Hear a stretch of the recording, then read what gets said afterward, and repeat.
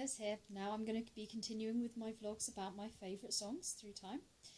And I suppose I did say I was going to try and avoid chronological order, but I guess in this instance I am going to try and do some form of chronological order.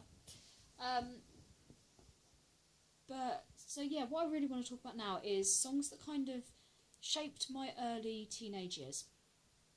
Sort of when I started secondary school, songs that I particularly was into at the time. I want to start off with one. It's a tale of teenage love. Of course, we all had one, and I don't really want to go into details here, but I guess we all had sort of crushes at school and things like that. And there was one particular song which was called Secret Smile, and it was by a band called Semisonic. So I always have to think about that because of the Stereophonics, but it was Semisonic. And it was just basically the line, nobody knows it, but you've got a secret smile, and you use it only for me. And I'm sure we've all been there, where we've been kind of convinced that the person that we're interested in kind of has these little messages, these kind of little signs that they use to show that they feel about us the same way. And I guess I kind of read too much into some things, and that's kind of where that song came from. But every time I hear it, I'm reminded of that kind of teenage puppy love kind of thing. It's kind of a nostalgic memory for me, I suppose. I mean, it's got a completely different meaning nowadays. I'm a happily married 30-year-old woman, but of course it kind of, every time I hear it, it takes me right back to those sort of perfect sort of summer days and kind of what it was like to be in my early teens and stuff, I suppose. That's kind of really what it more means to me now. It's just sort of taking me back sort of half my lifetime ago. But around that sort of time as well, when I was about 14, I actually discovered two bands. One was Alien Ant Farm, and I loved the fact that they really didn't take themselves too seriously at all. And it was the first time that I realised that actually comedy and rock music could come out, could actually be good bedfellows, and they could actually go hand in hand.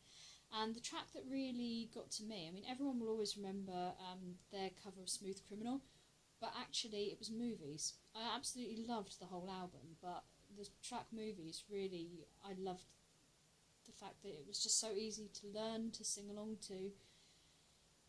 And it was, like I say, they didn't take themselves too seriously, and it was just a bit of fun, and I really, really loved that track. And again, whenever I hear it, it's kind of a nostalgia for me. It kind of takes me back to my early teenage years and how much fun I had listening to that music. At the same time, I was listening to a lot of Sum 41. Now, their album, All Killer No Filler, now I could probably pick any track off of there. I guess for these purposes of picking only one track, I'm going to go with maybe Fat Lip, I don't know. But Sum 41, again, it was pop punk, it was puerile, it was funny, it was, at the same time, I felt like they were speaking to all the teenage losers out there.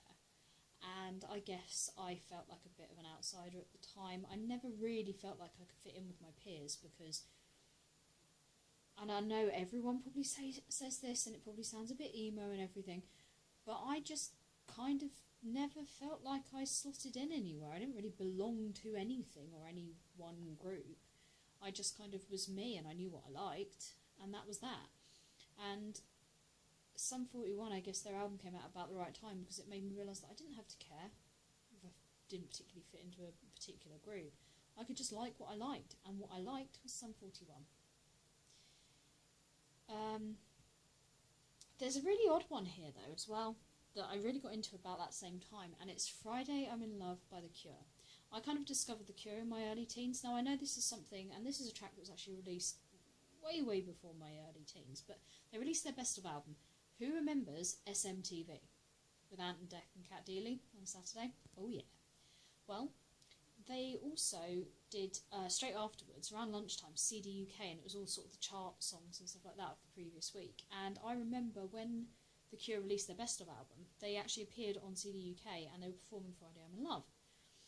And the good thing for me was that both my parents really liked The Cure. Now my brother also discovered The Cure at about the same time. Absolutely, like, the biggest Cure fan I have, like, ever met. He's got, like, so many of their albums and live shows and stuff like that. He really, really likes The Cure. Way more than I do. But at the time, I kind of discovered The Cure and really got into what they were about. I loved the fact that they still looked so different, and they still sounded so fresh. And you know, it was the big hair and the makeup and that sort of gothic idea and culture that come through from the 80s. I absolutely loved it.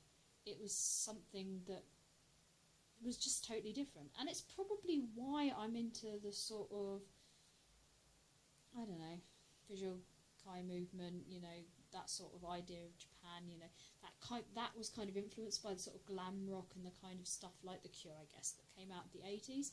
And I guess that's kind of why I like the Japanese music that I like now. And those sorts of bands like, like X Japan, but they were like around at the same time as The Cure. They were pretty much doing it at the same time in Japan. But like more modern, like maybe like Shido, things like that. So I guess you can kind of see how my musical tastes have sort of evolved over the years, and that's kind of my early teenage years. And I guess that's probably a good place to stop now. So yeah, I will see you in the next one. Bye bye.